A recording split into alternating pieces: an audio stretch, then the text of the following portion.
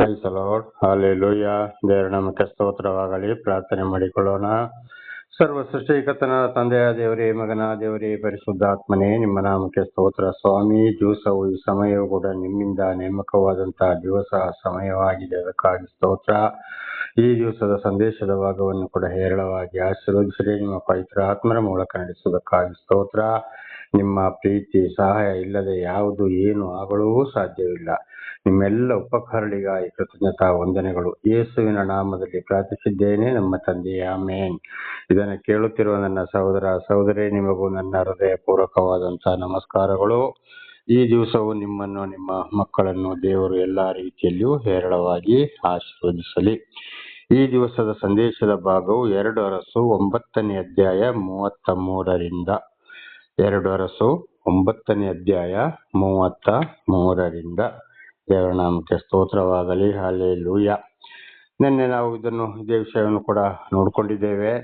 ಈಜೆಬೆಲ್ ಎಂಬ ಸ್ತ್ರೀ ಆ ನಾಬಾನ ಎಂಬ ಒಂದು ಬಡ ರೈತ ಅವನ ಆಸ್ತಿಯನ್ನು ಅನ್ಯಾಯವಾಗಿ ಕಿತ್ತುಕೊಳ್ಳಕ್ಕೆ ಗಂಡ ಯೋಚನೆ ಮಾಡಿದಾಗ, ಅವನು ಕೊಡೋದಿಲ್ಲ ಅಂತ ಹೇಳಿದಾಗ ಬಹಳ ಬೇಸರದಲ್ಲಿ ಮಲಗಿದ್ದ. ಹೆಂಡತಿ, ಅದಕ್ಕೆ ಯಾಕೆ ನೀನು ಬೇಸರ ಮಾಡ್ತೀಯಪ್ಪ, ಬಾ ಊಟ ಮಾಡು ಅಂತ ಹೇಳಿ ಅವನ ಮೇಲೆ ಸುಳ್ಳು ಆರೋಪವನ್ನು ಮಾಡಿ ಸಭೆ ಸೇರಿಸಿ ಅವನನ್ನ ಕೊಲೆ ಮಾಡುವಲ್ಲಿವರೆಗೆ ಅವನ ಹೆಂಡತಿ ಈಜೆಬೆಲು ಕಾರಣಲಾದಳು. ಆಹಾಬನ ಹೆಂಡತಿ. ಆಗ ಆಹಾಬ ಯಾರಂದ್ರೆ ದೇವರಿಂದ ಆಯ್ಕೆಗೊಂಡಂತ ಇಸ್ರಾಯೇಲರ ಅರಸ. ಆಗ ಅವನು ಯಾಕೆ ಆ ರೀತಿ ಆದ ಅಂತ ಹೇಳಿದ್ರೆ, ದೇವರು ಅವನು ಆಯ್ಕೆಗೊಂಡ ಮೇಲೆ ದೇವರ ಮಾತ ಮೀರಿ ಅನ್ಯ ಸ್ತ್ರೀಯ ಆಗಿದ್ದಳು. ಯಾರು? ಈಜೆಬೆಲು. ಅವಳನ್ನ ಇವನು ಮದುವೆ ಮಾಡಿಕೊಂಡಿದ್ದರಿಂದ ಅಲ್ಲಿ ದೇವರು ಅವನಿಂದ ದೂರವಾದರು. ಆವಾಗ ಅಲ್ಲಿ ಏನಾಯ್ತು, ಅವನಲ್ಲಿ ದುಷ್ಟ ಒಂದು ಯೋಚನೆ ಹಬ್ಬಿತು. ಪಾಪಕ್ಕೆ ಅವನ ಕಾರಣನಾದ. ಪಾಪ ಅವನನ್ನು ಕೆಲಸ ಮಾಡಿತು. ಆಗ ಇದರ ಅರ್ಥ ಏನಪ್ಪಾ ಅಂದ್ರೆ, ದೇವರು ಆದುಕೊಂಡಂತ ಮನುಷ್ಯರು ಇವತ್ತು ದೇವರು ಆದುಕೊಂಡಂತವ್ರನ್ನೇ ಹಿರಿಯರ ಮೂಲಕ ಮದುವೆ ಆಗ್ಬೇಕು ಹೊರತು ಇತರ ಅನ್ಯ ಸ್ತ್ರೀಯರನ್ನ ಮದುವೆ ಆದ್ರೆ ದೇವರು ಅವರಿಂದ ದೂರ ಹೋಗ್ತಾರೆ, ದೇವರ ಆಶೀರ್ವಾದ ಅವರಿಂದ ದೂರ ಹೋಗ್ತದೆ. ಆಗ ಅವರು ನಾನಾ ರೀತಿ ಪಾಪಕ್ಕೆ ಹೋಗಿ ಅಲ್ಲಿ ಪಾಪಕ್ಕೆ ಕಾರಣರಾಗ್ತಾರೆ ಅಂತ. ಜ್ಞಾನಿ ಸೊಲೊಮೋನನು ಕೂಡ ಏನಾದ, ದೇವರು ಆಯ್ಕೆಗೊಂಡ್ರು ದಾವೀದನ ಮಗನಾದ ಜ್ಞಾನಿ ಸೊಲೊಮೋನ ಕಡೆಗೆ ಇಂಥ ಒಂದು ಜ್ಞಾನಿ ಹುಟ್ಟಲಿಲ್ಲ, ಇನ್ನು ಮುಂದೆ ಹುಟ್ಟೋದೂ ಇಲ್ಲ ಅಂತ ಕೂಡ ದೇವರೇ ಹೇಳಿದ್ರು. ಕಡೆಗೆ ಅನ್ಯ ಸ್ತ್ರೀಯರನ್ನ ಮದುವೆ ಮಾಡಿಕೊಂಡು ಅವನು ಕೂಡ ಪಾಪಕ್ಕೆ ಗುಲಾಮನಾಗಿ ಸತ್ತ. ದೇವರ ನಾಮಕ್ಕೆ ಸ್ತೋತ್ರ. ಇದೊಂದು ವ್ಯಭಿಚಾರಕ್ಕೆ ಸಂಬಂಧಪಡುವಂತ ವಿಚಾರವಾಗಿದೆ. ಹಾಗೆ ಅಲ್ಲಿಂದ ಏನಾಯ್ತು, ಮುಂದೆ ಅದೇ ಈಜೆಬೆಲ್ ಸ್ತ್ರೀ ಎಲಿಯನು ಕೂಡ ಹಾಗೆಯೇ ಒಂದೊಂದು ಅರಸರು ಅದೇ ರೀತಿ ಆಯ್ತು ಒಂದು ಎಲಿಯನ ಮೂಲಕ ಗದರಿಸಿದಾಗ ಎಲಿಯನನ್ನು ಕೂಡ ಈಜೆಬೆಲ್ ಸ್ತ್ರೀ ಬೇರೆಯವಳ ಸಹವಾಸದವರನ್ನ ಕಟ್ಟಿಕೊಂಡು ಏನ್ ಮಾಡಿದ್ರು, ಕೊಲೆ ಮಾಡಲು ಪ್ರಯತ್ನ ಮಾಡಿದಳು. ದೇವರವರನ್ನ ಎಲಿಯ ಪ್ರವಾದಿನ ಕಾಡೊಳಗೆಲ್ಲ ನಡೆಸಿಕೊಂಡು ಬಂದರು ಎಂಬುದಾಗಿ ಹಿಂದಿನ ಸಂದೇಶದಲ್ಲಿ ಕೂಡ ಬಹಳ ಚೆನ್ನಾಗಿ ನಾವು ತಿಳಿದುಕೊಂಡಿದ್ದೇವೆ. ದೇವರ ನಾಮಕ್ಕೆ ಸ್ತೋತ್ರವಾಗಲಿ. ಆಗಲೇ ಎಲಿಯ ಪ್ರವಾದಿ ಮುಖಾಂತರ ಹೇಳಿದ್ರು, ಅವಳ ರಕ್ತ ಏನಾಗ್ತದೆ, ಅಲ್ಲಿ ನಾಬಾಲನ ರಕ್ತ ಯಾವ ರೀತಿ ನಾಯಿಗಳು ನೆಕ್ಕಿದುವೋ ಅದೇ ರೀತಿಯಲ್ಲಿ ಈ ಈಜೆಬೆಳ ರಕ್ತವು ಕೂಡ ನಾಯಿಗಳು ನೆಕ್ಕುತ್ತವೆ, ಅವಳನ್ನು ಯಾರು ಸಮಾಧಿ ಮಾಡಲು ಕೂಡ ಇರುವುದಿಲ್ಲ ಎಂಬುದಾಗಿ. ಕಡೆಗೆ ಹಾಗೆಯೇ ಬಂದು ಕಡೆಗೆ ಏನಾಯ್ತು, ಅವಳು ವೈರಿಗಳೊಂದಿಗೆ ಕಡೆಗೆ ದೇವರೇ ಅವಳನ್ನು ದಾರಿಯಲ್ಲಿ ಬಿದ್ದು ಸಾಯುವ ಹಾಗೆ ಮಾಡಿದ್ರು. ಅವಳ ರಕ್ತವು ಕೂಡ ದಾರಿಯಲ್ಲಿ ನೆಕ್ಕಿತು. ಅವಳ ಹೆಣ ಸಮಾಧಿ ಮಾಡ್ಲಿಕ್ಕೂ ಸಿಕ್ಲಿಲ್ಲ. ಅಲ್ಲಿ ನೋಡುವಾಗ ಅಲ್ಲಿ ಸಿಕ್ಕಿದೊಡಿ 35ನೇ ವಚನ, 2 ಅರಸು 9:35 ಓದುವಾಗ, ಸೇವಕರು ಶವವನ್ನು ಸಮಾಧಿ ಮಾಡುವುದಕ್ಕಾಗಿ ಹೋದರು, ಆದರೆ ಅವರಿಗೆ ಆಕೆಯ ತಲೆಬುರುಡೆ ಕೈಕಾಲುಗಳು ಹೊರತಾಗಿ ಬೇರೆ ಏನು ಸಿಕ್ಕಲಿಲ್ಲ. ದೇವರ ನಾಮಕ್ಕೆ ಸ್ತೋತ್ರವಾಗಲಿ. ಅವರು ಹಿಂದಿರುಗಿ ಯೇಹುವಿನ ಹತ್ತಿರ ಬಂದು ಈ ಸಂಗತಿಯನ್ನು ತಿಳಿಸಲು ಅವನು ಅವರಿಗೆ, ನಾಯಿಗಳು ಈಜೆಬೆಳ ದೇಹ ಮಾಂಸವನ್ನು ಇಸ್ರೇಲಿನ ಹೊಲದಲ್ಲಿ ತಿಂದು ಬಿಡುವು. ದೇವರ ನಾಮಕ್ಕೆ ಸ್ತೋತ್ರ. ಅದು ಮಾತ್ರವಲ್ಲ, ಆಕೆ ಶವ ಹೊಲಕ್ಕೆ ಗೊಬ್ಬರವಾಗುವುದು. ಇದು ಈಜೆಬೆಳ ಶವವೆಂದು ಯಾರಿಗೂ ಗುರುತು ಸಿಕ್ಕದ ಹಾಗಾಗುವುದು ಎಂಬುದಾಗಿ ಯೆಹೋವನು ತಿಪ್ಪಿಯನು ತನ್ನ ಸೇವಕನಾದ ಎಲಿಯನ ಮುಖಾಂತರವಾಗಿ ತಿಳಿಸಿದ ಮಾತು ಈಗ ನೆರವೇರಿತು ಅಂದನು. ದೇವರ ನಾಮಕ್ಕೆ ಸ್ತೋತ್ರ. ಕಡೆಗೆ ನೋಡಿ ಏನಾಯ್ತು, ಅಲ್ಲಿ ಯೇಹುವನ್ನು ಅರಸನಾಗಿ ನೇಮಿಸಿದ್ರು. ಆ ಯೇಹು ಅರಸನ ಮುಖಾಂತರ ಅವಳನ್ನು ಕೊಲೆ ಮಾಡುವ ಹಾಗೆ ಆಯಿತು. ಸೈನಿಕರ ಮುಖಾಂತರ ಸತ್ಲು. ತಲೆ, ಬುರುಡೆ, ಕೈ, ಕಾಲು ಹೊರತು ದೇಹದ ಬೇರೆ ಯಾವ ಮಾಂಸವೂ ಸಿಕ್ಕಲಿಲ್ಲ. ನಾಯಿಗಳು ತಿಂದಿದ್ದಾವೆ, ರಕ್ತವನ್ನ ನಾಯಿಗಳು ನೆಕ್ಕಿದವು. ಕಡೆಗೆ ಅಲ್ಲಿ ಏನಾಯ್ತು, ಅಲ್ಲಿ ಎಲಿಯ ಪ್ರವಾದಿಯ ಮೂಲಕ ಹೇಳಿದ್ದು ನೆರವೇರಿತು. ನಿನ್ನ ಶವ ಬೀಳೋದು, ನಾಯಿಗಳು ರಕ್ತ ನೆಕ್ಕುವು, ನಿನ್ನ ಸಮಾಧಿ ಮಾಡ್ಲಿಕ್ಕೆ ಯಾರು ಇರುವುದಿಲ್ಲ ಎಂಬುದಾಗಿ ಪ್ರವಾದಿ ಯಾರು, ದೇವರು ಆದುಕೊಂಡಂತ ದೇವರ ಮನುಷ್ಯನಾದಂತ ಎಲಿಯನ ಮುಖಾಂತರ ನೆರವೇರಿದ್ದು. ದೇವರ ನಾಮಕ್ಕೆ ಸ್ತೋತ್ರವಾಗಲಿ. ಹಾಗೆ ಇವತ್ತೊಂದು ತಪ್ಪು ಮಾಡಿದಾಗ ದೇವರು ಆದುಕೊಂಡಂತ ಮನುಷ್ಯರು ತಿಳಿಸಿದಾಗ ಅವರಿಗೆ ವಿರುದ್ಧವಾಗಿ ಗಂಡ ಹೆಂಡತಿ ಆಗಲಿ ಇತರ ಯಾರೇ ಆಗಲಿ ಅವರಿಗೆ ಏನಾದರೂ ತೊಂದರೆ ಮಾಡಲು ಹೊರಟಾಗ ಖಂಡಿತವಾಗಿ ದೇವರಂಥವರನ್ನ ಬಿಡುವುದಿಲ್ಲ. ನಾನು ಅಭಿಷೇಕಿಸಿದವರನ್ನು ಮುಟ್ಟಬೇಡಿ, ಈ ಚಿಕ್ಕವರಲ್ಲಿ ಒಬ್ಬನಿಗೆ ಯಾರಾದರೂ ಅಡ್ಡಿಯಾದರೆ ಅಂಥವರು ಬೀಸುವ ಕಲ್ಲನ್ನು ಕುತ್ತಿಗೆ ಕಟ್ಟಿಕೊಂಡು ಸಮುದ್ರಕ್ಕೆ ಹಾರುವುದೇ ಲೇಸು ಎಂಬುದಾಗಿ ಮತ್ತಾಯ ಮಾರ್ಕ ಲೋಕದಲ್ಲಿ ಕೂಡ ನಾವು ಅದನ್ನು ಓದಿದ್ದೇವೆ. ಇಲ್ಲಿ ಈ ನಹಾಬ ಮತ್ತು ನಮ್ಗೆ ಸ್ತೋತ್ರ ಈಜೆಬೆಲ ಸ್ತ್ರೀಯ ಶವ ಕೂಡ ಅದುವೇ ರೀತಿಯಾಗಿದ್ದು, ಅವಳ ಗಂಡ ಆಹಾಬಂದು ಕಥೆನೂ ಕೂಡ ಅದುವೇ ಆಗಿದ್ದು. ದೇವರ ನಮ್ಗೆ ಸ್ತೋತ್ರವಾಗಲಿ. ನಾಬಾಲನನ್ನು ಅನ್ಯಾಯವಾಗಿ ಕೊಲೆ ಮಾಡಿದ ಕಾರಣ, ಆದ್ರಿಂದ ದೇವರಿಂದ ಆದುಕೊಂಡವರ ಬಗ್ಗೆ ಮಾತನಾಡುವುದು, ಅವರಿಗೆ ಹಿಂಸೆ ಕೊಡುವುದು ಬಹಳ ಎಚ್ಚರವಾಗಿರಬೇಕು. ಮೋಶೆ ಮುಖಾಂತರ ಮಿರಿಯಮಳು ಗುಣಗುಟ್ಟಿದಾಗ ಏನಾಯ್ತು, ಅವಳ ಮೈಯಲ್ಲಿ ತೊನ್ನು ಹತ್ತಿತು. ತೊನ್ನು ಅಂದ್ರೆ ಬಿಳಿ ಬಿಳಿ ಬಿಳಿ ಬಿಳಿಯಾಗಿ ಮೈಯೆಲ್ಲ ಬಿಸಿಲು ನೋಡಕ್ಕಾಗೋದಿಲ್ಲ, ಬಹಳ ಹಿಂಸೆ. ಇದು ಕೂಡ ಇವತ್ತು ಎಲ್ಲೇ ಒಬ್ಬೊಬ್ಬರನ್ನ ನಾವು ಕಾಣಬಹುದು. ಅದು ಒಂದು ದೊಡ್ಡ ಒಂದು ಶಾಪವಾಗಿತ್ತು. ಆದರೆ ಮಿರಿಯಮಳಿಗೆ ಯಾರನ್ನು ತಿಳಿಸಿದಾಗ ಅವಳು ಪಶ್ಚಾತ್ತಾಪ ಪಟ್ಟುದರಿಂದ ದೇವರು ಅವಳ ತೊನ್ನನ್ನು ಗುಣಪಡಿಸಿದರು. ದೇವರ ನಾಮಕ್ಕೆ ಸ್ತೋತ್ರವಾಗಲಿ. ಹಲ್ಲೆಲೂಯಾ. ಆದ್ರೆ ಮಿರಿಯಮಳು ಯೆಹೂದ್ಯ ಒಂದು ಸ್ತ್ರೀಯಾಗಿದ್ದಳು. ಆದ್ರಿಂದ ದೇವರ ನಾಮಕ್ಕೆ ಸ್ತೋತ್ರವಾಗಲಿ. ಹಲ್ಲೆಲೂಯಾ. ಹಾಗೆ ಇವತ್ತು ಕೂಡ ಅನೇಕರನ್ನ ನಾವು ಕಾಣ್ತೇವೆ. ಆಗ ದೇವರಿಂದ ಈಗ ಈ ಎಲಿಯನ ಮುಖಾಂತರ ಮಾತಾಡೋ ಕಾರಣ ಏನಪ್ಪಾ ಅಂದ್ರೆ, ಎಲಿಯನನ್ನು ದೇವರು ಆರಿಸಿಕೊಂಡ್ರು. ಅವನು ನೋಡಿ ಯಾವುದೇ ಆಸ್ತಿ ಪಾಸ್ತಿ ಬೆಳ್ಳಿ ಬಂಗಾರ ಯಾವುದಕ್ಕೂ ಆಸೆ ಪಡಲಿಲ್ಲ. ದೇವರೇ ಈಜೆಬೆಲನ್ನು ಕೊಲೆ ಮಾಡಲು ಪ್ರಯತ್ನ ಪಟ್ಟಾಗ ಕಾಡೊಳಗೆ ನಡೆಸಿದ್ರು, ಕಾಗೆಗಳ ಮುಖಾಂತರ ಮಾಂಸವನ್ನು ಕೊಡಿಸಿದ್ರು, ಒಂದು ಗಿಡದ ಬುಡದಲ್ಲಿ ಮಾಂಸ ರೊಟ್ಟಿಯನ್ನು ಕೊಡಿಸಿದ್ರು, ಒಂದು ಗಿಡದ ಬುಡದಲ್ಲಿ ನೀರನ್ನು ಕೊಡಿಸಿದ್ರು, ಮಾತನಾಡಿದ್ರು, ಮುಂದೆ ನಡೆಸಿದ್ರು. ಇದಾಗಿದೆ.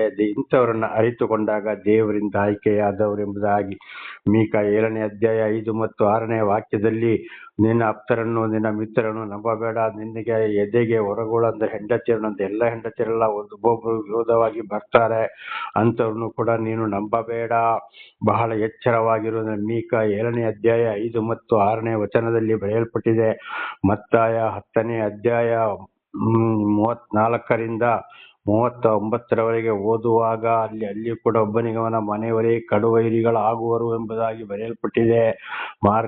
ಮತ್ತಾಯ 10ನೇ ಅಧ್ಯಾಯದಲ್ಲಿ ನೋಡುವಾಗ ಅಪ್ಪ ಮಗನನ್ನು, ಮಗ ಅಪ್ಪನನ್ನು ಕೊಲೆ ಮಾಡಲು ಪ್ರಯತ್ನ ಮಾಡ್ತಾರೆ ಎಂಬುದಾಗಿ ಅದು ಬರೆಯಲ್ಪಟ್ಟಿದೆ. ಲೋಕ 12ನೇ ಅಧ್ಯಾಯದಲ್ಲಿ ನೋಡುವಾಗ ಇಂದಿನಿಂದ ಇವರಲ್ಲಿ 3 ಬೇರೆ 2 ಬೇರೆ ವಿಂಗಡಿಸುವೆನು ಎಂಬುದಾಗಿ ಕೂಡ ಅಲ್ಲಿ ಬರೆಯಲ್ಪಟ್ಟಿದೆ. ದೇವರ ನಾಮಕ್ಕೆ ಸ್ತೋತ್ರವಾಗಲಿ.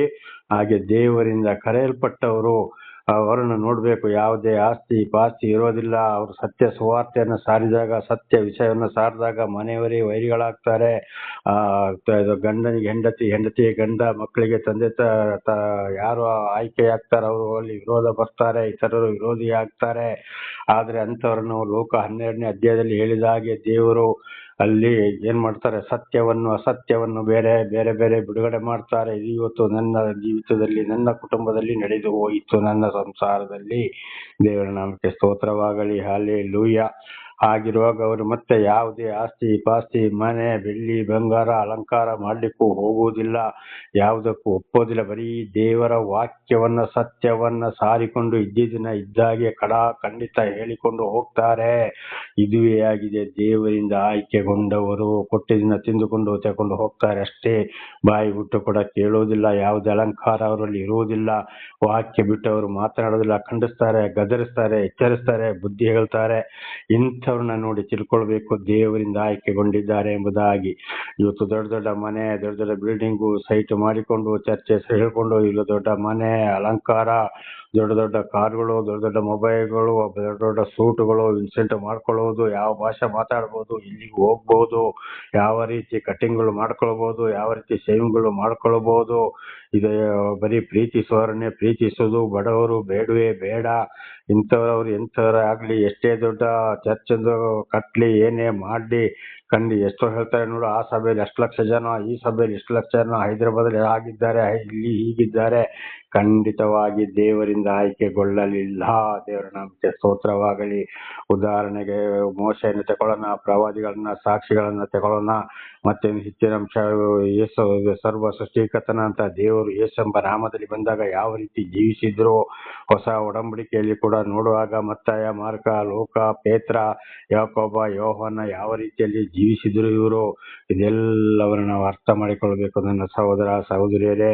ಅದು ಮಾತ್ರ ಉಳಿಯಿತು, ಬ್ರಾಹ್ಮಣರು ಇರ್ಬೋದು, ಮಠಾಧೀಶರು ಇರ್ಬೋದು, ಮಸೀದಿ ಮಂದಿರಗಳು ಇರ್ಬೋದು, ಯಾರೇ ಇರ್ಬೋದು, ದೊಡ್ಡ ದೊಡ್ಡ ಬಿಲ್ಡಿಂಗು, ಐಶ್ವರ್ಯ ಜೀವನ, ಕೈಗೊಂದು ಆಳು, ಕಾಲಿಗೊಂದು ಆಳು, ನಾನಾ ಥರದಲ್ಲಿ ಇವತ್ತು ಸೇವೆ ಮಾಡಿಸಿಕೊಳ್ತಾರೆ. ಮತ್ತೆ 23ನೇ ಅಧ್ಯಾಯದಲ್ಲಿ ನೋಡ್ತಾರೆ, ಅವ್ರು ಏನ್ ಮಾಡ್ತಾರೆ, ಕೆರುಬ್ ಬೆರಳಿನಿಂದ ಕೂಡ ಮುಟ್ಟುವುದಿಲ್ಲ.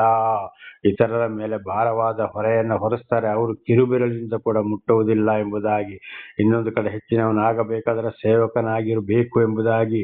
ಸರ್ವ ಸೃಷ್ಟಿಕರ್ತನಾದ ದೇವರೇ ಮನುಷ್ಯನ ಅವತಾರವಿತ್ತಿ ಬಂದಾಗ ಏನ್ ಮಾಡಿದ್ರು, ಕುರುಡನ ಮನೆಗೆ ಹೋದ್ರು, ಕುಂಟನ ಮನೆಗೆ ಹೋದ್ರು, ಪಾರ್ಶ್ವರೋಗಿಯ ಮನೆಗೆ ಹೋದ್ರು, ಕುಷ್ಠರೋಗಿಯ ಮನೆಗೆ ಹೋದ್ರು, ವ್ಯಭಿಚಾರಿ ಸ್ತ್ರೀಯರ ಹತ್ರ ಹೋದ್ರು, ಸತ್ತವರ ಮನೆಗೆ ಹೋದ್ರು, ಕಾಯಿಲೆ ಹಿಡಿದವರ ಅವ್ರ ಹತ್ರ ಹೋದ್ರು, ನಾನಾ ರೀತಿಯಲ್ಲಿ ಬಹಳ ಪಾಪ ಇದ್ದಂತ ಮನೆಗಳಿಗೆ, ಊರುಗಳಿಗೆ ಹೋದ್ರು.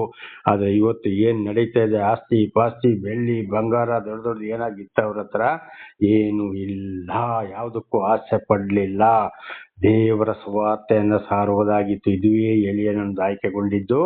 ಹಾಗಂತವರಿಗೆ ಈಜೆಬೆಳಲ್ಲಿ ವಿರುದ್ಧವಾಗಿ ಬಂದಾಗ ಅವಳ ಪರಿಸ್ಥಿತಿ ಏನಾಯ್ತು, ಅಲ್ಲಿ ಶವ ಹುಣಕ್ಕೂ ಜಾಗ ಇಲ್ಲ, ತಲೆ ಬುರುಡೆ ಕೈಕಾಲು ಮಾತ್ರ ಸಿಕ್ತು, ಅವಳ ರಕ್ತ ನಾಯಿಗಳು ನೆಕ್ಕಿತು, ಆ ಹೊಳದಲ್ಲಿ ಎಲ್ಲ ನಾಯಿಗಳು ತಿಂದು ಹಾಕಿದವು, ದೊಡ್ಡ ಶಾಪಗ್ರಸ್ತರಾದರು. ಹಾಗೆ ಇವತ್ತು ದೇವರಿಂದ ಆಯ್ಕೆಗೊಂಡವ್ರನ್ನ ದೂಷಣೆ ಮಾಡೋದು, ಬೈಯೋದು, ಹೇಳುವುದಾದ್ರೆ ಖಂಡಿತವಾಗಿ ತಪ್ಪಿದ್ದಲ್ಲ. ಇದು ನನ್ನ ಜೀವಿತದಲ್ಲಿ ಕೂಡ ನೆರವೇರಿದನ್ನ ಸಹೋದರ ಸಹೋದರಿಯರೇ. ದೇವರಾದುಕೊಂಡಾಗ ಅದು ಹಿಂದೆ ನನ್ನ ಸಾಕ್ಷಿಯಲ್ಲಿ ಕೂಡ ಹೇಳಿದ್ದೇನೆ, ಬಂದಂತ ಪಟ್ಟಂತ ಕಷ್ಟಗಳು ಅಷ್ಟು ಇಷ್ಟಲ್ಲ. ವಿರೋಧ ಮಾಡಿದ್ರು, ಕೊಲೆ ಮಾಡ್ಲಿಕ್ಕೆ ನೋಡಿದ್ರು, ಹೀನಮನವಾಗಿ ಬೈದ್ರು, ಈಗಲೂ ಬೈತಲೇ ಇದ್ದಾರೆ, ಏನೇನೋ ಮಾಡಿದ್ದಾರೆ. ಆದ್ರೆ ದೇವರಿಗೆ ಮತ್ತ 5:44 ವಚನದ ಪ್ರಕಾರ ಪೀಡಿಯವರಿಗಾಗಿ ಪ್ರಾರ್ಥಿಸಿರೆಂಬುದಾಗಿ ಈ ವಚನದ ಮುಖಾಂತರ ಇವತ್ತು ಹೋಗುವ ಹಾಗೆ ದೇವರು ಮಾಡಿದ್ದಾರೆ. ಅವರಿಗೆ ಬರುವಂತ ಶಿಕ್ಷೆಯನ್ನ ಕಣ್ಣಾರೆ ಕೀರ್ತನೆ 112ರಲ್ಲಿ ಹೇಳಿದ ಪ್ರಕಾರ, ನಿನಗೆ ನನ್ನ ಮೇಲೆ ಸಂಪೂರ್ಣವಾದ ಭಯ ಭಕ್ತಿ ಇರುವುದಾದರೆ ನಿನ್ನ ವಿರೋಧಿಗಳಿಗೆ ಬರುವ ಶಿಕ್ಷೆಯನ್ನ ಕಣ್ಣಾರೆ ಕಾಂತೀಯ, ಕಿವಿಯಾರೆ ಕೇಳ್ತಿ ಎಂಬುದಾಗಿ ದಾವೀದರಸರು ಅಲ್ಲಿ ತಿಳಿಸಿದ್ದಾರೆ. ಅದೇ ಪ್ರಕಾರ ಇವತ್ತು ನನ್ನ ಜೀವಿತದಲ್ಲಿ ನೆರವೇರ್ತಾ ಇದೆ. ದೇವರ ನಾಮಕ್ಕೆ ಸ್ತೋತ್ರವಾಗಲಿ. ಈಗ ಇರುವಂತ ಸ್ಥಳದಲ್ಲಿ ಕೂಡ ಅದುವೇ ನಡೆದು ಹೋಗಿದೆ, ಅದುವೇ ನಡೀತಾ ಇದೆ. ನನ್ನ ಪರವಾಗಿ ದೇವರು ವಿರೋಧಿಗಳೊಂದಿಗೆ ದೇವರು ದರ್ಶನವಾಗ್ಲಿಕ್ಕೆ ಮೊದಲೇ, ಅಂದ್ರೆ 1940ನೇ ವರ್ಷದಲ್ಲಿ ದೇವರ ದರ್ಶನವಾಯಿತು. ಅದಕ್ಕಿಂತ ಮೊದಲು 17ನೇ ವರ್ಷದಲ್ಲಿ ಮೊಟ್ಟ ಮೊದಲ ದರ್ಶನ ನನಗೆ ದೇವರ ಒಂದು ಸುವಾರ್ತೆಯ ಪುಸ್ತಕ ನನ್ನ ಕೈಗೆ ಸಿಕ್ಕಿದ್ದು. ಆಗ ಚಿಕ್ಕ ಹುಡುಗನಾಗಿದ್ದೆ, ನಾನು 16-17 ವರ್ಷ ಬರ್ಬೋದು. ಅದರ ಮೇಲೆ ಕೂಡ ಸರಿಯಾಗಿ ದೇವರನ್ನ ತಿಳಿದುಕೊಳ್ಳೋಕ್ಕಿಂತ ಮೊದಲೇ ನನಗೆ ಬಂದಂತಹ ಕಷ್ಟ, ಸಂಕಟ, ದುಃಖ, ವಿರೋಧಿಗಳು 1-2 ಅಲ್ಲ, ಅವರಿಗೆ ಬಹಳ ಕಷ್ಟ, ಸಂಕಟ, ದುಃಖಗಳು ಬಂದವು. ಇದು ಕಣ್ಣಾರೆ ಕಾಣುವಂತೆ, ಕಿವಿಯಾರೆ ಕೇಳುವಂತೆ ದೇವರು ಮಾಡುತ್ತಲೇ ಬಂದಿದ್ದಾರೆ. ಅದು ಆಮೇಲೆ ದೇವರ ದರ್ಶನವಾದ ಮೇಲೆ ದೇವರ ಸತ್ಯವೇದವನ್ನು ಓದಿಕೊಂಡು ಬರ್ತಾ ಇರ್ಬೇಕಾದ್ರೆ, ಬೈಬಲ್ ಓದ್ಕೊಂಡು ಬರ್ತಾ ಇರ್ತೀವಿ, ಒಂದೊಂದು ಯೋಚನೆ ಬಂತು. ಆಗಲೇ ದೇವರು ನನ್ನೊಂದಿಗಿದ್ದಾರೆ. ದೇವರ ನಮಗೆ ಸ್ತೋತ್ರವಾಗಲಿ. ಅದು ಎಲ್ಲವೂ ಈಗಲೂ ಕೂಡ ನನಗೆ ಅರ್ಥವಾಗ್ತಾ ಇದೆ. ದೇವರ ನಮಗೆ ಸ್ತೋತ್ರ, ಹಲ್ಲೆಲೂಯಾ. ಹಾಗೆ ದೇವರು ಆದುಕೊಂಡವರಿಗೆ ಯಾರು ಈ ರೀತಿ ಹಿಂಸೆ ಕೊಡಲು ಹೋಗಬಾರ್ದು. ದೇವರು ಯಾರನ್ನು ಆದುಕೊಳ್ತಾರೋ ಅವರಲ್ಲಿ ಈ ರೀತಿಯೆಲ್ಲ ನಡೆದು ಹೋಗ್ತಾ ಇರ್ತದೆ. ಅವರು ಈ ರೀತಿಯಲ್ಲಿ ಹೋಗ್ತಾ ಇರ್ತಾರೆ. ದಯವಿಟ್ಟು ಅಂತವರಿಗೆ ಸಹಾಯ ಮಾಡಿದ್ರೆ, ಮತ್ತಾಯ 10:40ರಿಂದ 42 ಓದುವಾಗ, ಇಂಥವರಿಗೆ 1 ಗ್ಲಾಸ್ ತಣ್ಣೀರನ್ನು ಕೊಟ್ಟರೂ ತಕ್ಕಾದ ಪ್ರತಿಫಲವನ್ನು ಪಡೆಯದೆ ನೀವು ಹೋಗಲಾರಿರಿ ಎಂಬುದಾಗಿ ಬರೆಯಲ್ಪಟ್ಟಿದೆ. ಅಂಥವರಿಗೆ ಏನಾದರೂ ಊಟ ಕೊಡ್ತೀರೋ, ಬಟ್ಟೆ ಕೊಡ್ತೀರೋ, ದುಡ್ಡು ಕೊಡ್ತೀರೋ, ನಾನಾ ರೀತಿಯಲ್ಲಿ ಅವರನ್ನ ರಕ್ಷಣೆಗೆ ನೋಡ್ತೀರೋ, ಉಪಕಾರ ಮಾಡ್ತೀರೋ, ಅಂಥವರಿಗೆ ಖಂಡಿತವಾಗಿ ಪರಲೋಕದ ಸರ್ವ ಸೃಷ್ಟಿಕರ್ತನಾದ ಭಗವಂತ ಪರಮಾತ್ಮನ, ಅಂದ್ರೆ ಯೇಸು ಕ್ರಿಸ್ತನ ಮುಖಾಂತರ ಸಹಾಯ ಬರುವುದರಲ್ಲಿ ಸಂಶಯವೇ ಇಲ್ಲ. ಬಂದು ಹೋಗಿದೆ. ದಾನ ಧರ್ಮ ಮಾಡಿದವರಿಗೆ ಬರುತ್ತಲೇ ಇದೆ. ಸಾಕ್ಷಿ ನುಡಿತಾ ಇದ್ದಾರೆ. ದೇವರ ನಾಮಕ್ಕೆ ಸ್ತೋತ್ರವಾಗಲಿ. ಇದು ಇನ್ನು ಹೆಚ್ಚಾಗಿ ಮತ್ತಾಯ 25ನೇ ಅಧ್ಯಾಯ 35ರಿಂದ 40ರವರೆಗೆ ಈ ರೀತಿ ಇಂಥವರಿಗೆ ಮಾಡಿದ್ರೆ ನನಗೆ ಮಾಡಿದ ಹಾಗೆ ಎಂಬುದಾಗಿ ಬರೆಯಲ್ಪಟ್ಟಿದೆ. ಮತ್ತಾಯ 25:34 ನೋಡುವಾಗ ಎಲ್ಲರಿಗೂ ಆ ದಾನ ಧರ್ಮ ಮಾಡುವ ಮನಸ್ಸು ಬರುವುದಿಲ್ಲ. ಪರಲೋಕದ ತಂದೆಯ ಆಶೀರ್ವಾದ ಯಾರಲ್ಲಿ ಇದೆಯೋ ಅವರು ಮಾತ್ರ ಇಂಥವರ ರಕ್ಷಣೆ ದಾನ ಧರ್ಮ ಮಾಡಲು ಅವರು ಮುಂದೆ ಬರ್ತಾರೆ. ಎಲ್ಲರಿಗೂ ಎಷ್ಟೇ ಲಕ್ಷ ಲಕ್ಷ ಕೋಟಿ ಕೋಟಿ ಇದ್ರೂ ಒಬ್ಬರಿಗೂ ₹1 ಸಹಾಯ ಮಾಡುವ ಮನಸ್ಸು ಬರುವುದಿಲ್ಲ. ಒಂದು ವೇಳೆ ಕೊಡದಿದ್ದರೆ ಅವರಲ್ಲಿ ಬೇಕಾದಷ್ಟು ಇದ್ದು ಕೂಡ ಕೊಡುವಂತ ಪರಿಸ್ಥಿತಿ ಇದ್ರೂ ಕೂಡ ಕೊಡದೆ ಹೋದರೆ ಮತ್ತಾಯ 25:40-46 ಓದುವಾಗ ಅಲ್ಲಿ ಏನು ಶಾಪ ಅಂತ ಹೇಳುವಂಥದ್ದು ಸ್ಪಷ್ಟವಾಗಿ ಕಾಣ್ತದೆ. ಆದ್ರಿಂದ ನನ್ನ ಸಹೋದರ ಸಹೋದರಿಯರೇ, ದೇವರಿಂದ ಆಯ್ಕೆಯಾದವರು ಖಂಡಿತವಾಗಿ ದೇವರೇ ದರ್ಶನ ಆದವರು ಈ ರೀತಿ ಅಥವಾ ಇದನ್ನ ಕೇಳುತ್ತಿರುವವರು ದೇವರಿಂದ ಆಯ್ಕೆಯಾದವರನ್ನ ಸರಿಯಾಗಿ ತಿಳ್ಕೊಂಡು ದೂಷಣೆ ಮಾಡಲು ಹೋಗಬಾರದು. ದೇವರ ಸ್ತೋತ್ರವಾಗಲಿ. ಇದೇ ವಿಷಯ ಪ್ರಕಟಣೆ 2ನೇ ಅಧ್ಯಾಯ 20-23 ಓದುವಾಗ, ಪ್ರಕಟಣೆ 2:2ನೇ ಅಧ್ಯಾಯ 20-23 ವಚನಗಳನ್ನು ಓದುವಾಗ ಅಲ್ಲಿ ಯೋಹಾನನಿಗೆ ಕೂಡ ದೇವರು ಇದೇ ವಿಷಯವನ್ನ ತಿಳಿಸಿದ್ದಾರೆ. ಈಜೆಬೆಲ್ ಎಂಬ ಸ್ತ್ರೀ ವಿಗ್ರಹಾರಾಧನೆ ಮಾಡಬಹುದು, ಪ್ರಸಾದ ತಿನ್ಬಹುದು, ಈ ತರ ವಿಷಯಗಳನ್ನೆಲ್ಲ ಮಾಡಬಹುದು, ಏನು ತೊಂದರೆ ಇಲ್ಲ ಅಂತೇಳಿ ಆ ಈಜೆಬೆಲ್ ಸ್ತ್ರೀ ಇಸ್ರೇಲರನ್ನ ಅಲ್ಲಿ ಕೆಡಿಸಿದ್ದನ್ನ ನಾವು ಕಾಣಬಹುದು. ದೇವರ ನಮಗೆ ಸ್ತೋತ್ರ. ಆಗ ದೇವರ ದೂತನು ಅಂದ್ರೆ ಯೇಸುಸ್ವಾಮಿಯೇ, ತಂದೆಯ ದೇವರ ದೂತರು ಅಂದ್ರೆ ಯೇಸುಸ್ವಾಮಿಯೇ ಯೋಹಾನ ಮುಖಾಂತರ ತಿಳಿಸಿದ್ದಾರೆ ಆ ಸಭೆಗೆ. ನೋಡಿ, ಈಜೆಬೆಲ್ ಸ್ತ್ರೀ ಈ ರೀತಿ ವ್ಯಭಿಚಾರ ಮಾಡಬಹುದು, ವಿಗ್ರಹ ನೈವೇದ್ಯ ಪ್ರಸಾದ ಎಲ್ಲ ತಿನ್ಬಹುದು ಅಂತ ಹೇಳಿದ್ದಾಳೆ. ಆದ್ರೆ ಅವಳನ್ನು ಹಾಸಿಗೆ ಹಿಡಿಯುವಾಗೆ ನಾನು ಮಾಡ್ತೇನೆ, ಅವಳ ಮಕ್ಕಳನ್ನು ಕೂಡ ನಾನು ಕೊಲ್ತೇನೆ ಅಂತೇಳಿ ಪ್ರಕಟಣೆ 2ನೇ ಅಧ್ಯಾಯ 20-23 ಓದುವಾಗ ಅಲ್ಲಿ ಸ್ಪಷ್ಟವಾಗಿ ಕಾಣ್ತದೆ. ಹಾಗೆ ಇವತ್ತು ಯಾರು ದೇವರಿಂದ ಆದುಕೊಂಡವರನ್ನು ಯಾರು ಕೆಡಿಸ್ಲಿಕ್ಕೆ ಪ್ರಯತ್ನ ಮಾಡ್ತಾರೋ ಅಥವಾ ದೇವರು ಆದುಕೊಂಡವರು ಕೂಡ ತಿಳ್ಕೊಂಡು ಇವತ್ತು ಅನೇಕ ಸೇವಕರುಗಳು ವಿಶ್ವಾಸಿಗಳು ಕೂಡ ಏನ್ ಮಾಡ್ತಾರೆ, ವಿಗ್ರಹನೆಗೆ ಹೋಗ್ಬೋದು, ಏನು ತೊಂದರೆ ಇಲ್ಲ, ಆ ಪ್ರಸಾದವನ್ನ ತಿನ್ಬಹುದು, ಏನು ತೊಂದರೆ ಇಲ್ಲ ಅಂತ ಅನೇಕರು ಯೂಟ್ಯೂಬಿನಲ್ಲಿ ಕೂಡ ಸುಳ್ಳು ಬೋಧನೆಯನ್ನ ಕೊಡ್ತಾ ಇದ್ದಾರೆ. ಆದ್ರೆ ಅಪೊಸ್ತಲನಾದ ಪೌಲರು ಒಂದು ಮಾತನ್ನ ಹೇಳಿದರೆ ಅದರಲ್ಲಿ ಏನು ಇಲ್ಲ ಅಂತ ಹೇಳಿ. ಆದ್ರೆ ಯಾಕೆ ಹೇಳಿದ್ರು ಅಂತ ಅದು ಚೆನ್ನಾಗಿ ಅರ್ಥ ಮಾಡಿಕೊಳ್ಳದೆ ಅವರು ಮಾತನಾಡಿದ್ದಾರೆ. ಈ ವಿಷಯವು ಹಿಂದೆಯೂ ಕೂಡ ನಾನು ವಿಗ್ರಹಾರಾಧನೆಯ ಬಗ್ಗೆ ಅದರ ನೈವೇದ್ಯದ ಬಗ್ಗೆ ಒಂದು ಸಂದೇಶವನ್ನ ದೇವರ ನಾಮದಲ್ಲಿ ಕೊಟ್ಟಿದ್ದೇನೆ. ಆದ್ರಿಂದ ದಯವಿಟ್ಟು ನನ್ನ ಸಹೋದರ ಸಹೋದರಿಯ ದೇವರಿಂದ ಆದುಕೊಂಡವರು ಯಾವುದೇ ವಿಗ್ರಹಾರಾಧನೆ ಪ್ರಸಾದಕ್ಕೆ ಯಾವುದಕ್ಕೂ ಹೋಗಬೇಡಿ. ಒಂದು ವೇಳೆ ಹೋದ್ರೆ ಅದು ಈಗ ಹೇಳಿದಾಗೆ ಪ್ರಕಟಣೆ 2:20-23 ಓದುವಾಗ ಈಜೆಬೆಲ್ ಸ್ತ್ರೀ ಈ ರೀತಿ ಕೆಡಿಸ್ತಾ ಇದ್ದಾಳೆ ಅಂತ ಹೇಳುವಾಗ ಅವಳನ್ನು ಹಾಸಿಗೆ ಹಿಡಿಯುವಾಗೆ ಮಾಡುತ್ತೇನೆ, ಅವಳ ಮಕ್ಕಳನ್ನು ಕೊಲ್ತೇನೆ ಅಂತೇಳಿ ದೇವರ ದರ್ಶನವಾದ ಮೇಲೆ ಒಂದು ವೇಳೆ ಅವರು ಕೂಡ ವಿಗ್ರಹಾರಾಧನೆ ಹಿಮಾಯ ಮಂತ್ರ ಜ್ಯೋತಿಷಗಳು ಪ್ರಸಾದಗಳು ಬಲಿ ಮಾಂಸ ತಿನ್ನುವುದಾದ್ರೆ ದೇವರ ವಾಕ್ಯಕ್ಕೆ ಇದು ಅವಿಧೇಯರಾದ್ರೆ ಖಂಡಿತವಾಗಿ ಬಹಳ ಶಿಕ್ಷೆಯನ್ನು ಅನುಭವಿಸಬೇಕು. ಅವರು ಮಾಡಿದ ತಪ್ಪು ಮಕ್ಕಳ ಮೇಲೆ ಕೂಡ ಬರ್ತದೆ. ನೋಡಿ, ವಿಮೋಚನಕಾಂಡ 25:6-34 ಇದನ್ನು ಆಗಾಗ ದೇವರ ನಾಮದಲ್ಲಿ ತಿಳಿಸಿದ್ದೇನೆ, ಈಗಲೂ ತಿಳಿಸುವನಾಗಿದ್ದೇನೆ. ಹೆತ್ತ ತಂದೆಯ ದೋಷ ಫಲ 3-4 ಮಕ್ಕಳ ತಲೆಮಾರಿಗೆ. ನೋಡಿ, ಅಪ್ಪ ಮಾಡಿದಂತ ಪಾಪಗಳಿಗೆ ಮಕ್ಕಳು ಕೂಡ ಉತ್ತರ ಕೊಡಬೇಕಾಗ್ತದೆ. ಕೀರ್ತನೆ 109 ತಾಯಿಯ ಪಾಪ ಅಳಿದು ಹೋಗದಿರಲಿ, ಅದೇ ನೋಡಿ ಈಜೆಬೆಲ್ ಸ್ತ್ರೀಗೆ ಹೇಳಿದ್ದು, ಅವಳನ್ನು ಹಾಸಿಗೆ ಹಿಡಿಯುವಾಗ ಮಾಡ್ತೇನೆ, ಅವಳ ಮಕ್ಕಳನ್ನು ಕೂಡ ಕೊಲ್ತೇನೆ ಅಂತೇಳಿ. ಅದು ಯಾವ ರೀತಿ ಅಂತ ಗೊತ್ತಿಲ್ಲ, ಅದನ್ನ ಬಹಳ ಶಿಕ್ಷೆ. ಅದರಿಂದ ಬಹಳ ಎಚ್ಚರವಾಗಿರ್ಬೇಕು ನನ್ನ ಸಹೋದರ ಸಹೋದರಿಯರೇ. ಖಂಡಿತವಾಗಿ ಈ ರೀತಿ ಹೋಗಬಾರದು, ಈಜೆಬೆಲ್ ಸ್ತ್ರೀಯಾಗೆ ಮಾಡಬಾರದು. ಬಹಳ ಎಚ್ಚರದಲ್ಲಿ ದೇವರು ನಿಮ್ಮನ್ನು ಹೇರಳವಾಗಿ ಆಶೀರ್ವದಿಸಲಿ. ಈಗ 2 ಅರಸು 10ನೇ ಅಧ್ಯಾಯ 1 ಓದಿಕೊಳ್ಳೋಣ. 2 ಅರಸು 10ನೇ ಅಧ್ಯಾಯ 1 ದೇವರ ನಾಮಕ್ಕೆ ಸ್ತೋತ್ರವಾಗಲಿ. ಯೇಹುವಿನ ಕ್ರೂರತನವು ಇಸ್ರೇಲ್ ರಾಜ್ಯದ ಕ್ಷಯವು. ನೋಡಿ, ದೇವರು ನೋಡಿ ಇಲ್ಲಿ ಮತ್ತು ಈ ಅರಸನು ಕೂಡ ಅದೇ ರೀತಿ ಕೆಲಸವನ್ನ ಮಾಡಿದ್ದಾನೆ. ಹಿಂದಿನ ಅರಸರು ಮಾಡಿದಾಗೆ ಯೇಹುವಿನ ಮುಖಾಂತರ ಇಷ್ಟ ಕಾರ್ಯವನ್ನು ನಡೆಸಿದ್ರು. ಈಜೆಬೆಲ್ ಸ್ತ್ರೀಯ ಪರಿಸ್ಥಿತಿ ಈ ರೀತಿ ಮಾಡಿಸಿದ್ರು. ಕಡೆಗೆ ಯೇಹು ಕೂಡ ಏನ್ ಮಾಡ್ದ, ಯೇಹುವನ್ನು ಕೂಡ ದೇವರು ಅರಸನನ್ನಾಗಿ ನೇಮಕ ಮಾಡಿದ್ರು. ಯಾರಿಗೆ? ಇಸ್ರೇಲರಿಗೆ. ಆವಾಗ ಮತ್ತೆ ಅವನು ಏನ್ ಮಾಡ್ದ, ಆ ಅರಸ ಕೂಡ ದೇವರಿಗೆ ತಪ್ಪಾಗಿ ನಡ್ಕೊಂಡ. ದೇವರು ನಮಗೆ ಸ್ತೋತ್ರ. ಹಾಗೆ ಇದು ಅನೇಕ ಇವತ್ತು ನಾವಂಥವ್ರು ಇಂಥವ್ರು ಗುರೂಜಿಗಳು, ಸ್ವಾಮೀಜಿಗಳು, ಪಾಸ್ಟ್ರುಗಳು, ಫಾದರ್ಗಳು, ರೆವಿಡೆಂಟ್ಗಳು, ಮಠಾಧೀಶ್ವರಗಳು ಅಂತ ಹೇಳಿಕೊಳ್ತಾರೆ, ಮಾಡ್ತಾರೆ. ಪೂಜೆ ಪುಸ್ಕಾರ ಮಾಡ್ಬೋದು, ಶ್ಲೋಕ ಹೇಳ್ಬೋದು, ವಚನಗಳನ್ನ ಹೇಳ್ಬೋದು, ಪ್ರವಚನ ಮಾಡ್ಬೋದು, ಬೈಬಲ್ ಬೋಧನೆ ಮಾಡ್ಬೋದು, ಅಥವಾ ಕುರಾನ್ ಬೋಧನೆ ಕೂಡ ಮಾಡ್ಬೋದು. ಆದರೆ ಏನಾಗಿದೆ, ಅವರಲ್ಲಿ ಕ್ರೂರತನ. ಅವರು ದೇವರ ವಾಕ್ಯಕ್ಕೆ ಸರಿಯಾಗಿ ನಡೆಯೋರು ಅಲ್ಲವೇ ಅಲ್ಲ. ಬೇಕಾದ್ರೆ ಬಾಯಲ್ಲಿ ಬೇಕಾದಾಗೆ ಹೇಳ್ಬೋದು, ಅವರ ನಡೆ ನುಡಿ ಕ್ರಿಯೆಗಳಲ್ಲಿ ಅದು ಖಂಡಿತವಾಗಿ ಇಲ್ಲ. ಇದನ್ನು ಇವತ್ತು ನಾವು ಚೆನ್ನಾಗಿ ವಾಕ್ಯದ ಜ್ಞಾನ ಇರೋರು ನೋಡಿದಾಗ ಇದನ್ನು ನಾವು ನೋಡಿ ತಿಳಿದುಕೊಳ್ಳಬಹುದು. ಹೇಳುವುದೊಂದು, ಮಾಡುವುದೊಂದು.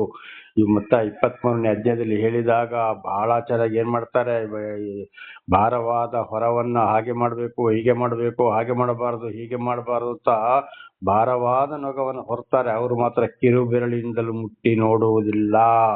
ಅವರು ಹೇಳ್ತಾರೆ ಹೊರತು ನಡೆಯೋದಿಲ್ಲ. ಅವರ ಹಾಗೆ ನೀವು ಆಗ್ಬೇಡಿ ಅಂತೇಳಿ ಮತ್ತಾಯ 23ನೇ ಅಧ್ಯಾಯದಲ್ಲಿ ಯೇಸುಸ್ವಾಮಿ ಮತ್ತಾಯನ ಮೂಲಕ ತಿಳಿಸಿದ್ದಾರೆ. ಇದರ ಬಗ್ಗೆ ಬಹಳ ಎಚ್ಚರವಾಗಿರಬೇಕು ಅಂತ ಯೇಹು ಕೂಡ ಏನ್ ಮಾಡಿದ, ದೇವರಿಂದ ದೂರ ಹೋದ. 10:1 ಸಮಾರ್ಯ ಪಟ್ಟಣದಲ್ಲಿ ಆಹಾಬನ ಸಂತಾನದ 70 ಮಂದಿ ರಾಜ ಪುತ್ರರಿದ್ದರು. ದೇವರ ನಾಮಕ್ಕೆ ಸ್ತೋತ್ರವಾಗಲಿ, ಹಲ್ಲೆಲೂಯಾ. ಅಲ್ಲಿ ಏನ್ ಮಾಡಿದ್ರು, ಅವರು 10 ಮಂದಿ ರಾಜ ಪುತ್ರರು ಇದ್ದರು. ದೇವರ ನಾಮಕ್ಕೆ ಸ್ತೋತ್ರ. ಹಾಗೆ ಯೇಹುವ ಪಟ್ಟಣದ ಇಸ್ರೇಲಿನ ಅಧಿಕಾರಿಗಳಾದ ಹಿರಿಯರಿಗೂ ರಾಜಪುತ್ರ ಪಾಲಕರಿಗೂ ಪತ್ರಗಳನ್ನು ಬರೆದು ಅವುಗಳನ್ನು ದೂತರ ಮುಖಾಂತರವಾಗಿ ಕಳುಹಿಸಿದನು. ದೇವರ ನಾಮಕ್ಕೆ ಸ್ತೋತ್ರ. ಯೇಹುವ ಏನ್ ಮಾಡಿದ, ಅಲ್ಲಿ ಇದ್ದವರಿಗೂ ಇವರಿಗೆಲ್ಲರಿಗೊಂದು ಪತ್ರವನ್ನು ಬರೆದು ಅವನು ಕಳುಹಿಸಿದ ಎಂಬುದಾಗಿ ನಾವು ಇದನ್ನ ಇಲ್ಲಿ ಓದಿಕೊಳ್ಳುತ್ತಾ ಇದ್ದೇವೆ. ದೇವರ ನಾಮಕ್ಕೆ ಸ್ತೋತ್ರವಾಗಲಿ, ಹಲ್ಲೆಲೂಯಾ. ಹಾಗೆ ಏನು ಕಳಿಸಿದವನು ನೋಡೋಣ. ಅವುಗಳಲ್ಲಿ ನಿಮ್ಮ ವಶದಲ್ಲಿ ನಿಮ್ಮ ಯಜಮಾನನ ಮಕ್ಕಳು, ರಥಾಶ್ವಬಲಗಳು, ಕೋಟೆ ಕೊತ್ತಲುಗಳ ಪಟ್ಟಣವು, ಯುದ್ಧಾಯುಧಗಳು ಇರುತ್ತವಷ್ಟೇ. ಈ ಪತ್ರವು ನಿಮಗೆ ಮುಟ್ಟಿದೊಡನೆ ರಾಜಪುತ್ರರಲ್ಲಿ ಉತ್ತಮನು ಸಮರ್ಥನೂ ಆದ ಒಬ್ಬನನ್ನು ಆರಿಸಿಕೊಂಡು ಅವನನ್ನು ಅವನ ತಂದೆಯ ಸಿಂಹಾಸನದ ಮೇಲೆ ಕುಳ್ಳಿಸಿ ನಿಮ್ಮ ಯಜಮಾನನ ಕುಟುಂಬದವರಿಗೋಸ್ಕರ ಯುದ್ಧ ಮಾಡಿ ಎಂಬುದಾಗಿ ಬರೆದಿತ್ತು. ನೋಡಿ ಏನ್ ಮಾಡ್ತಾನೆ, ದೇವರ ನಾಮಕ್ಕೆ ಸ್ತೋತ್ರ. ನಿಮ್ಮಲ್ಲಿ ಒಬ್ಬನನ್ನು ಸಿಂಹಾಸನದ ಮೇಲೆ ಕುಳ್ಳಿಸಿ ಯುದ್ಧ ಮಾಡುವುದಕ್ಕಾಗಿ ಅವನನ್ನು ಏನ್ ಮಾಡಿರಿ, ಆರಿಸಿಕೊಳ್ಳಿರಿ ಎಂಬುದಾಗಿ ದೇವರ ನಾಮಕ್ಕೆ ಸ್ತೋತ್ರ. ಹಾಗೆ ಆದ್ರೆ ಏನಾಗ್ತಿದ್ವು, ದೇವರಿಗೆ ವಿರುದ್ಧವಾದಂತ ಕಾರ್ಯ. ಹಲ್ಲೆಲೂಯಾ. ನೋಡಿ ಅಲ್ಲಿ ದೇವರು ಈ ಅರಸ ಏನ್ ಮಾಡ್ತಾನೆ, ಸ್ವಂತ ಬುದ್ಧಿಯಿಂದ ಮಾತನಾಡ್ತಾ ಇದ್ದಾನೆ. ಹಾಗೆ ಇವತ್ತು ದೇವರಿಂದ ಆದುಕೊಂಡವರು ಏನ್ ಮಾಡಬೇಕು, ಸ್ವಂತ ಬುದ್ಧಿಯಿಂದ ಮಾತಾಡಲು ಹೋಗಬಾರದು. ದೇವರು ಆರಿಸಿಕೊಂಡ ಮೇಲೆ ದೇವರ ವಾಕ್ಯಕ್ಕೆ ನಾವು ವಿಧೇಯರಾಗಿ ಜೀವಿಸುವಾಗ ನಮ್ಮ ಮುಖಾಂತರ ಏನೇನು ಮಾಡಬೇಕು ಅದನ್ನೇ ದೇವರು ಮಾಡ್ತಾರೆ. ಒಂದು ವೇಳೆ ನಮ್ಮ ಸ್ವಂತ ಬುದ್ಧಿಯಿಂದ ಹೋದ್ರೆ ಬಹಳ ಶಿಕ್ಷೆಯನ್ನು ಅನುಭವಿಸ್ಬೇಕಾಗ್ತದೆ. ಈಗ ದಾವೀದ ಅರಸರು ಕೂಡ ಏನ್ ಮಾಡಿದ್ರು, ಅವರು ಜನಲೆಕ್ಕೋಸ್ಕರ ಜನ ಕಾಳಿಸ್ಮಾರಿಗಾಗಿ ದೇವರ ಅಪ್ಪಣೆ ಇಲ್ಲದ್ರು ದಾವೀದರನ್ನು ದೇವರು ಇಸ್ರೇಲದ ಅರಸರನ್ನಾಗಿ ಮಾಡಿದ್ಮೇಲೆ ಜನ ಕಾಳಿಸ್ಮಾರಿಗೆ ಆದೇಶ ಕೊಟ್ಟ. ಅದು ದೇವರಿಗೆ ಕೋಪ ಬಂತು. ದೇವರು ಏನು ಹೇಳಿದ್ರು, ಯಾರು ಹೇಳಿದ್ರು ನಿನಗೆ ಕೆಲಸವನ್ನ ಮಾಡಲು, ಇಗೋ ನಿನಗೆ 3 ಶಿಕ್ಷೆಯನ್ನು ಕೊಟ್ಟಿದ್ದೇನೆ, ಯಾವುದನ್ನು ಬೇಕಾದರೂ ಆರಿಸಿಕೋ ಎಂಬುದಾಗಿ ದಾವೀದನಿಗೆ ದೇವರು ತಿಳಿಸಿದಾಗ ದಾವೀದ ಏನ್ ಹೇಳ್ದ, ಅಯ್ಯೋ ವೈರಿಗಳ ಕೈಗೆ ಕೊಡಬೇಡಪ್ಪ, ನನಗೆ ನಿನ್ನ ಪ್ರೀತಿ ಸಾಕು ಎಂಬುದಾಗಿ. ಹಾಗಿದ್ದು ಏನಪ್ಪಾ ಅಂದ್ರೆ, ದೇವರ ಆಜ್ಞೆ ಇಲ್ಲದೆ ನಾವು ಯಾವ ಕೆಲಸವನ್ನು ಸ್ವಂತ ನಾವು ಮಾಡಬಾರದು. ನಾವು ದೇವರ ಆಜ್ಞೆಯ ಪ್ರಕಾರವೇ ನಾವು ಇದನ್ನು ಏನ್ ನೋಡ್ಬೇಕಾಗ್ತದೆ, ಅಲ್ಲಿ ನಡೆಯಬೇಕಾಗಿದೆ. ಹಾಗೆ ಅನೇಕರು ಇವತ್ತು ನಾನು ಹಾಗೆ ಮಾಡ್ತೀನಿ, ಹೀಗೆ ಮಾಡ್ತೀನಿ, ನನ್ನ ಮಕ್ಕಳನ್ನ ಹಾಗೆ ಮಾಡ್ತೀನಿ, ನನ್ನ ಮಕ್ಕಳನ್ನ ಹೀಗೆ ಮಾಡ್ತೀನಿ ಅಂತ ಅನೇಕ ನಾನಾ ರೀತಿಯಲ್ಲಿ ಇವತ್ತು ರಾಜಕೀಯಕ್ಕೂ ಹೋಗ್ತಾರೆ, ಬ್ರೋಕರ್ಗಳಾಗಿ ಕೆಲಸ ಮಾಡ್ತಾರೆ, ಆಯ್ತಾ ಲೋಕದವ್ರಿಗೂ ಕೆಲಸ ಮಾಡ್ತಾರೆ, ಕ್ರಿಶ್ಚಿಯನ್ಗಳು ಸೇರ್ಕೊಳ್ತಾರೆ. ನಾನಾ ರೀತಿ ಶಿಕ್ಷೆಯನ್ನು ಪಡಬೇಕಾಗ್ತದೆ. ದೇವರ ಆಜ್ಞೆ ಇಲ್ಲದೆ ದೇವರ ಮಾತನ್ನ ಕೇಳದೆ ಹೋದ್ರೆ ಅದು ಈ ಲೋಕದಲ್ಲಿ ಬಹಳ ಶಿಕ್ಷೆ. ಒಂದು ವೇಳೆ ಈ ಭೂಲೋಕದಲ್ಲಿ ಬಹಳ ಹಣ ಮಾಡಿ ಕೋಟೇಶ್ವರಾಗಿ ಎಷ್ಟೋ ಕೋಟಿ ಆಸ್ತಿ ಮಾಡಿ ಸಾಯ್ಬಹುದು. ಎಂತೆಂಥವರ ರಾಜಕಾರಣಿಗಳು ಎಂತೆಂಥ ದೊಡ್ಡ ದೊಡ್ಡ ಪದವಿಗೂ ಹೋಗ್ಬಹುದು. ಆದ್ರೆ ಯೇಸುಸ್ವಾಮಿ ಒಂದು ಮಾತನ್ನ ಹೇಳ್ತಾರೆ, ನೀನು ಇಡೀ ಲೋಕವನ್ನ ಸಂಪಾದನೆ ಮಾಡಿದ್ರು ನಿನ್ನ ಪ್ರಾಣ ನಷ್ಟ ಪಡ್ತದೆ, ಏನ್ ಮಾಡ್ತೀಯಾ? ನ್ಯಾಯ ತೀರ್ಪಿನ ದಿವಸ ನೇರವಾಗಿ ಅವರ ಆತ್ಮ ಏನಾಗ್ತದೆ, ನರಕದಲ್ಲಿ ಕೊಳಿಯಬೇಕಾಗ್ತದೆ ಎಂಬುದಾಗಿ ಹೊಸ ಒಡಂಬಡಿಕೆಯಲ್ಲೂ ಹಳೆ ಒಡಂಬಡಿಕೆಯಲ್ಲೂ ಅಲ್ಲಲ್ಲಿ ಬರೆಯಲ್ಪಟ್ಟಿದೆ. ಆದ್ದರಿಂದ ಬಹಳ ಎಚ್ಚರ. ಈ ಲೋಕದ ಜೀವನ ಹೇಗೆ ಇರಬಹುದು. ಆದ್ರಿಂದ ಖಂಡಿತವಾಗಿಯೂ ಮತ್ತಾಯ 6:33 ಓದುವಾಗ, ನೀನು ಮೊದಲು ದೇವರ ರಾಜ್ಯಕ್ಕಾಗಿಯೂ ನೀತಿಗಾಗಿ ತವಕಪಡುವಾಗ ಅದರೊಂದಿಗೆ ನಿನಗೆ ಎಲ್ಲವೂ ಬರುತ್ತದೆ. ದೇವರು ನಮಗೆ ದರ್ಶನವಾದ ಮೇಲೆ, ಇತರರ ಮೂಲಕ ತಿಳಿಯಪಡಿಸಿದ ಮೇಲೆ ಖಂಡಿತವಾಗಿ ನಾವು ಏನ್ ಮಾಡಬೇಕು? ದೇವರನ್ನೇ ಹಿಂಬಾಲಿಸಿ ಸರಿಯಾಗಿ ಗ್ರಂಥಗಳನ್ನ ಓದಿಕೊಂಡು ಅದನ್ನು ನಮ್ಮ ಜ್ಞಾನದಲ್ಲಿ ತುಂಬಿಸಿಕೊಂಡು ಅದಕ್ಕೆ ವಾಕ್ಯಕ್ಕೆ ವಿಧೇಯರಾಗಿ ನಾವು ಜೀವಿಸ್ತಾ ಪ್ರಾರ್ಥನೆ ಮಾಡ್ತಾ ಹೋದಾಗ, ಒಂದು ವೇಳೆ ತಪ್ಪುಗಳು ಬಂದು ಹೋದರೂ ಪಶ್ಚಾತ್ತಾಪ ಪಟ್ಟು ಕ್ಷಮೆಯನ್ನ ಯಾಚಿಸಿ ಮುಂದೆ ತಪ್ಪು ಮಾಡದೆ ಹೋದಾಗ ಖಂಡಿತವಾಗಿ ದೇವರು ಆಶೀರ್ವಾದ ಮಾಡಿಯೇ ಮಾಡ್ತಾರೆ. ಯೋಹನ್ನ 6ನೇ ಅಧ್ಯಾಯ 37ನೇ ವಾಕ್ಯದಲ್ಲಿ ನೋಡುವಾಗ, ನನ್ನ ಬಳಿಗೆ ಬಂದವರನ್ನು ನಾನು ಎಂದಿಗೂ ತಳ್ಳಿ ಬಿಡುವುದಿಲ್ಲ ಎಂಬುದಾಗಿ ಕೀರ್ತನೆ 51ರಲ್ಲಿ ಕೂಡ ದಾವೀದರಸನಿಗೂ ಕೂಡ ದೇವರು ಅದೇ ಮಾತನ್ನ ಹೇಳಿದ್ದಾರೆ. ಪಶ್ಚಾತ್ತಾಪ ಪಟ್ಟು ಯಾರು ನನ್ನ ಬಳಿಗೆ ಬರ್ತಾರೋ ಅವರನ್ನು ನಾನು ತಳ್ಳಿ ಬಿಡುವುದಿಲ್ಲ. ಜ್ಞಾನೋಕ್ತಿ 28ನೇ ಅಧ್ಯಾಯ 13ನೇ ವಚನದಲ್ಲಿ ನಾವಲ್ಲಿ ಓದುವಾಗ, ಜ್ಞಾನಿ ಸೊಲೊಮೋನನ ಮುಖಾಂತರ ದೇವರು ಹೇಳಿದರೆ, ನಿನ್ನ ಪಾಪಗಳನ್ನು ಒಪ್ಪಿಕೊಂಡು ಬಿಟ್ಟರೆ ನಿನಗೆ ಕರುಣೆ ದೊರಕುವುದು ಎಂಬುದಾಗಿ. ಹಾಗೆ ನಮ್ಮ ತಪ್ಪುಗಳು ಅರ್ಥ ಆದಾಗ ಏನ್ ಮಾಡಬೇಕು? ಪಶ್ಚಾತ್ತಾಪ ಪಟ್ಟು ದೇವರ ಬಳಿಗೆ ಬರಬೇಕು. ಮತ್ತು ತಪ್ಪು ಮಾಡಲು ಹೋದಾಗ ದಾವೀದರಸನಿಗೆ 3 ಶಿಕ್ಷೆಯಲ್ಲಿ ವಿಧಿಸಿದರು. ಹಾಗೆ ಯಾವಾಗಲೂ ವಿರುದ್ಧವಾಗಿ ಹೋಗಬಾರದು. ದೇವರ ವಾಕ್ಯದ ಪ್ರಕಾರ ಒಂದು ವೇಳೆ ಅರ್ಥ ಆಗದಿದ್ರು ದೇವರಿಂದ ಆಯ್ಕೆಯಾದಂತ ಸೇವಕರುಗಳ ಮುಖಾಂತರ ತಿಳಿದುಕೊಂಡು ಮುಂದೆ ಸಾಗಬೇಕಾಗಿದೆ. ಅದಕ್ಕೆ ಅಪೊಸ್ತಲರ ಹೊಸ ಒಡಂಬಡಿಕೆಯಲ್ಲಿ ಗಲಾತ್ಯರಿಗೆ ಬರೆದ ಪತ್ರದಲ್ಲಿ ಅಪೊಸ್ತಲ ಪೌಲರು ಹೇಳಿದ್ದಾರೆ, ಉಪದೇಶ ಮಾಡುವವರೊಂದಿಗೆ ಎಲ್ಲವನ್ನ ಹೊಂದಿಕೊಳ್ಳಿರಿ ಎಂಬುದಾಗಿದೆ. ನಮಗೆ ಸ್ತೋತ್ರವಾಗಲಿ. ಸರಿಯಾದ ಉಪದೇಶವನ್ನ ಯಾರು ಮಾಡ್ತಾರೋ ಅವರೊಂದಿಗೆ ಕೇಳಿ ತಿಳಿದುಕೊಳ್ಳಿರಿ ಎಂಬುದಾಗಿದ್ವಿ.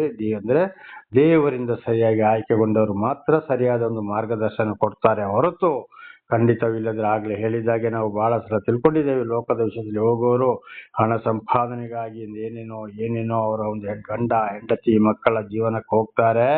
ಅವರೊಂದು ಐಶ್ವರ್ಯ ಆಡಂಬರ ಜೀವನಕ್ಕಾಗಿ ಹೋಗ್ತಾರೆ. ಬಹಳ ಎಚ್ಚರ. ಅಂತವರ ಸಹವಾಸ ಮಾಡಲೇ ಹೋಗಬಾರದು. ಇಲ್ಲಿ ಇಸ್ರೇಲರ ಅರಸರುಗಳು ಕೂಡ ಅದುವೇ ಮಾಡಿದ್ದು. ಇವತ್ತು ಕೂಡ ಎಲ್ಲಾ ಧರ್ಮಗಳಲ್ಲಿಯೂ ಎಲ್ಲಾ ಗ್ರಂಥಗಳಲ್ಲಿ ನೋಡುವಾಗ ಅನೇಕ ಈ ವಿಷಯಗಳನ್ನ ಕಾಣಬಹುದು. ಬಹಳ ಎಚ್ಚರ. ದೇವರ ನಾಮಕ್ಕೆ ಸ್ತೋತ್ರ. ಹಾಗೆ ಈಗ 10ನೇ ಅಧ್ಯಾಯ 28ರಿಂದ 34ರವರೆಗೆ ಓದಿಕೊಳ್ಳೋಣ. 2 ಅರಸು 10ನೇ ಅಧ್ಯಾಯ 28ರಿಂದ 34ರವರೆಗೆ. ಹೀಗೆ ಯೇಹೂ ಇಸ್ರೇಲರಲ್ಲಿ ಬಾಳನ ಪೂಜೆಯನ್ನು ನಿಲ್ಲಿಸಿದನು. ಆದರೂ ಅವನು ಇಸ್ರೇಲರನ್ನು ಪಾಪಕ್ಕೆ ಪ್ರೇರೇಪಿಸಿದ ನೆಬಾಟಿನ ಮಗನಾದ ಯಾರೋಬನ ಮಾರ್ಗವನ್ನು ಬಿಡದೆ ಬೇತೇಲ್ದಾನ್ ಎಂಬಲ್ಲಿ ಊರುಗಳಲ್ಲಿದ್ದ ಚಿನ್ನದ ಬಸವನನ್ನು ಪೂಜಿಸುತ್ತಿದ್ದನು. ನೋಡಿ, ಯೇಹೂ ಏನ್ ಮಾಡ್ದ? ಇಸ್ರೇಲರಿಗೆ ಗದರಿಸಿದ, ಎಚ್ಚರಿಸಿದ.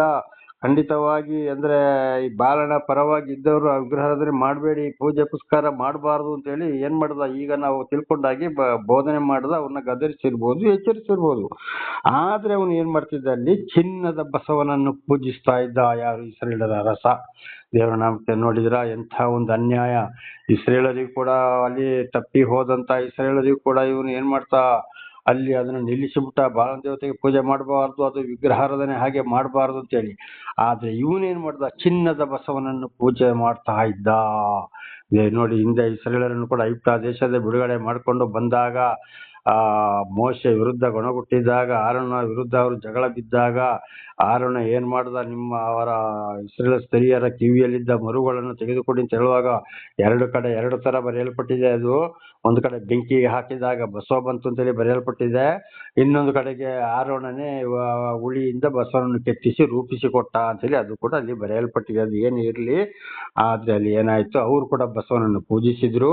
ಇಲ್ಲಿ ಇದೇ ದೇವರಿಂದ ಆಯ್ಕೆಗೊಂಡಂತ ಇಸ್ರೇಲ್ ಅರಸ ಯೇಹೂ ಕೂಡ ಏನ್ ಮಾಡ್ದ? ಚಿನ್ನದ ಬಸವನನ್ನು ಕೆತ್ತಿ ಪೂಜಿಸುತ್ತಿದ್ದ. ದೇವರ ನಾಮಕ್ಕೆ ಸ್ತೋತ್ರವಾಗಲಿ. ಹಲ್ಲೆಲೂಯಾ.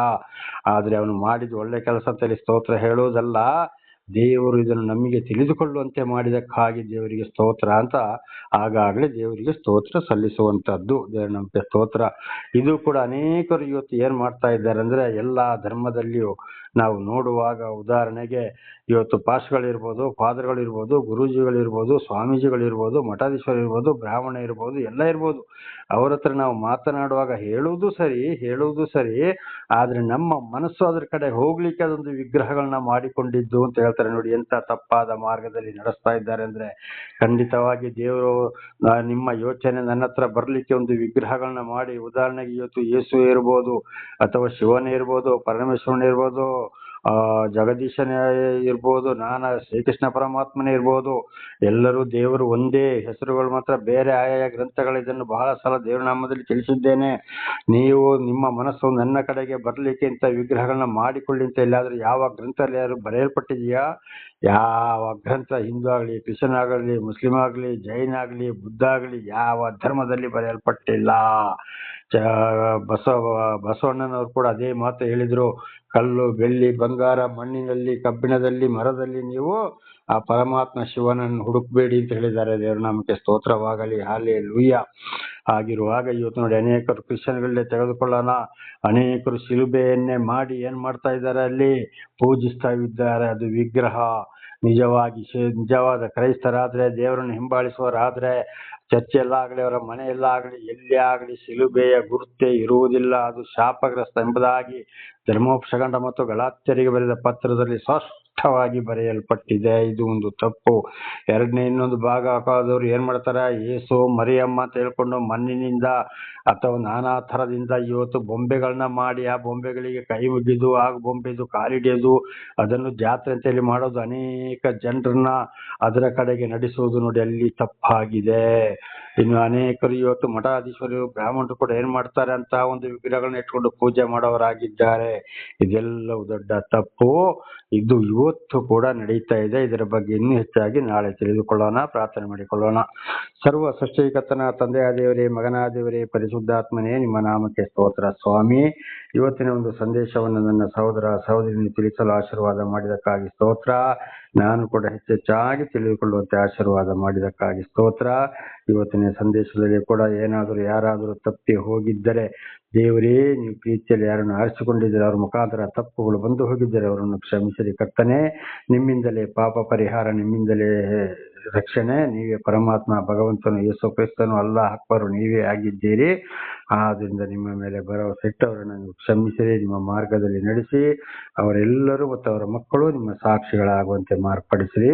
ಹಾಗೆ ಮಾಡುವುದಕ್ಕಾಗಿ ಸ್ತೋತ್ರ. ನಿಮ್ಮೆಲ್ಲ ಉಪಕಾರಗಳಿಗಾಗಿ ಕೃತಜ್ಞತಾ ವಂದನೆಗಳು. ಯೇಸುವಿನ ನಾಮದಲ್ಲಿ ಪ್ರಾರ್ಥಿಸಿದ್ದೇನೆ ನಮ್ಮ ತಂದೆಯೇ, ಆಮೀನ್. ಇದನ್ನು ಕೇಳುತ್ತಿರುವ ನನ್ನ ಸಹೋದರ ಸಹೋದರಿ, ನಿಮಗೂ ನನ್ನ ಹೃದಯಪೂರ್ವಕವಾದಂತಹ ಧನ್ಯವಾದಗಳು. ದೇವರು ಈ ದಿವಸವೂ ಕೂಡ ನಿಮ್ಮನ್ನು, ನಿಮ್ಮ ಮಕ್ಕಳನ್ನು ಹೋದಲ್ಲಿಯೂ ಬಂದಲ್ಲಿಯೂ ಎಲ್ಲ ಕೆಲಸ ಕಾರ್ಯಗಳಲ್ಲಿಯೂ ಹೇರಳವಾಗಿ ಆಶೀರ್ವದಿಸಲಿ.